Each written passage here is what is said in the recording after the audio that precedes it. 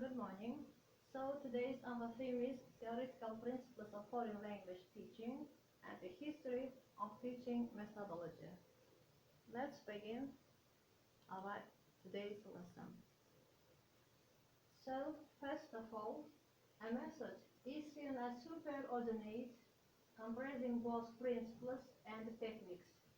The principles involve 5 aspects of second or foreign language teaching. They are teacher, learner, teaching process, learning process, and target language. Let's continue. Next page. Principles of teaching and learning language. What kind of principles of teaching language? The next, principles of good teaching. At the end of these pages, you will be able to know the meaning of teaching and to know the good teaching, describe the characteristics of good teaching, understand and importance of teaching, and the next one, explain the general principles of teaching, explain the psychological principles, conversant with the general principles, conversant with the psychological principles of teaching, and use the maxims of teaching. And what are your roles as a teacher? How should you be as a teacher? These are authority figure, leader, mother, director, or manager, guide, friend, confidence, parent. And as a teacher also you should be conductor, lecturer, checker, monitor, informer, facilitator, entertainer, psychologist, and presenter, assistant, actor, performer, and motivator. So let's continue with our. There are some 6 principles of effective teaching. They are mindset, professional culture, assessment for learning, climate for learning, preparation for teaching, teaching for learning. And you may read and you may introduce by reading this information.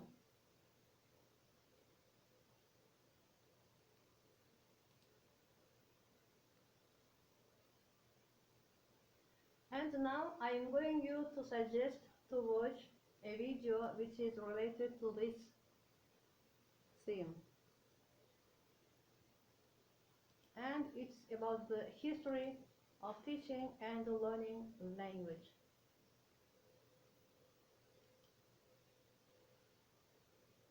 Okay, let's begin our video.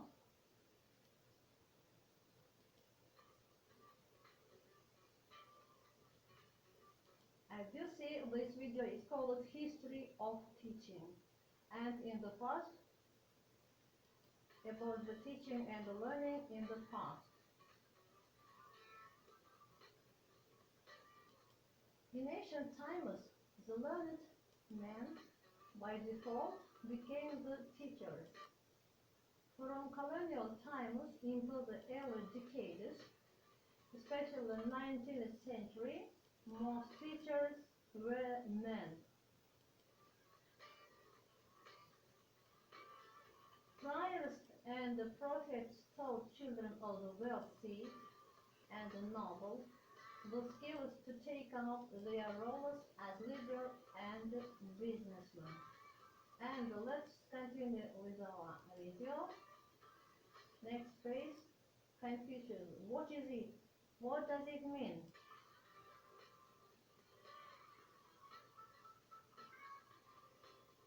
I hope this video will be more interesting for you and you can get more information about the history of teaching and learning. Confucius, about the Confucius. How did he teach his students? Read this information and introduce the most important information about the past, about teaching and learning. And so how did he teach his students? He didn't call himself up as a man of wisdom, and no matter how humble the student may have been, he was ready and willing to discuss the issue on its own terms, thus anyone in the world could be his fellow learner of his openness.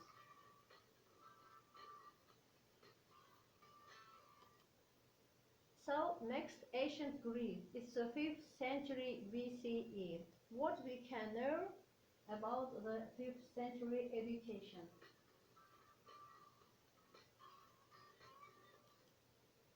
Pay attention to this picture. It's clear the picture is about the history, about the peoples in the past. Education was influenced by the sophists, Plato and the Socrates.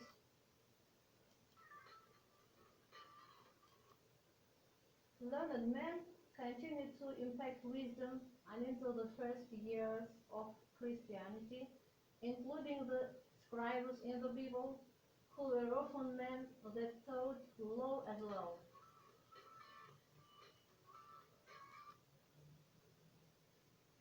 This picture also will help you to understand about the past.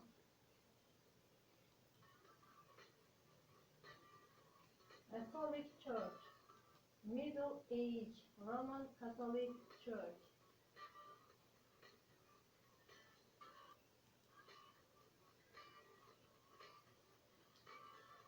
It is when the Roman Catholic Church took charge of teaching the sons of nobility, entrusting their charge to monasteries or specially designed learning centers, the education became stable. If we compare with the past, our modern ways, there are different kinds of changes with the past.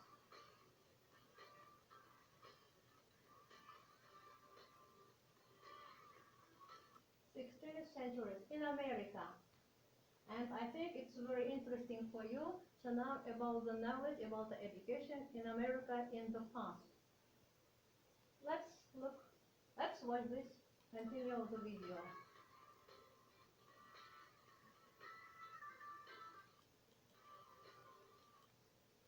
The first public school was established in 1635 in Boston, Massachusetts. Watch this picture, look at the picture. It's historical building.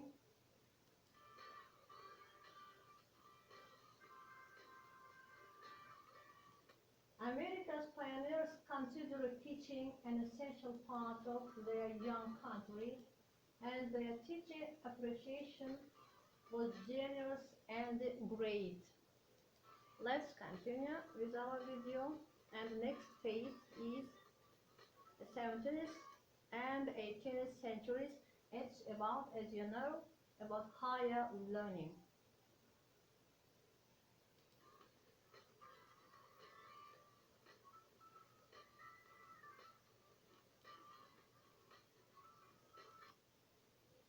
Okay, in the early 17th century, the curriculum of college preparatory and university institutions broadened considerably. Towns with over 4,000 inhabitants were required to teach Latin and Greek. As you know, in the past, the Latin language was more popular, as well as other extra subjects also.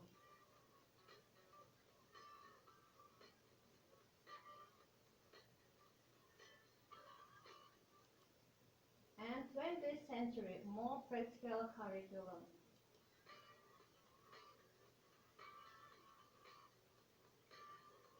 And in this time, parents and the general public would begin to demand more practical and useful curriculums, and so doing may have helped evaluate teaching to a respectable way. So the last is 21st century. It's the age of technology.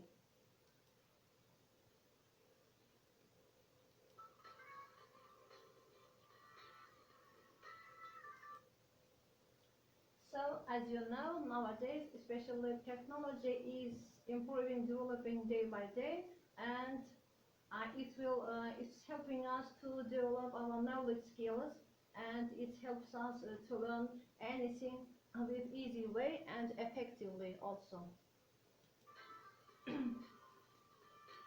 So technology is undeniable changing the face of education and teaching. In all branches of our country, we are using technology. We are doing our work by technology, especially nowadays in our online teaching.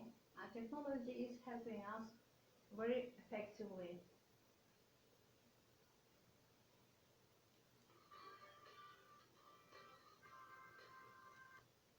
So look here and you may read and introduce with the information from my video.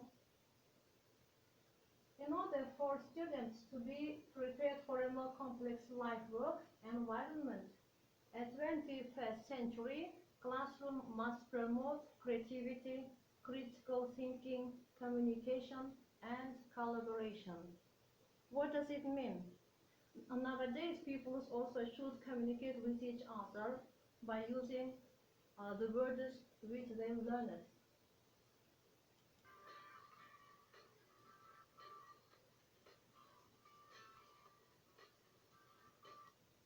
Technology tools that allow students to create with audio, text, and images provide an opportunity to build higher order thinking skills.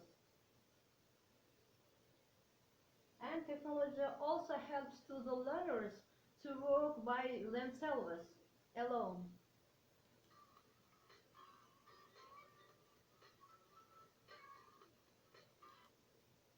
Especially nowadays, very popular so far IELTS TOEFL exams in this situation. Students, learners, or pupils can use technology when they want to improve their knowledge, especially in listening tasks, speaking tasks, reading and writing. And all branches, they can use technology. By using technology, they can improve their skills. That's a brief history of teaching. So, thanks for watching. Thanks for your attention. Goodbye.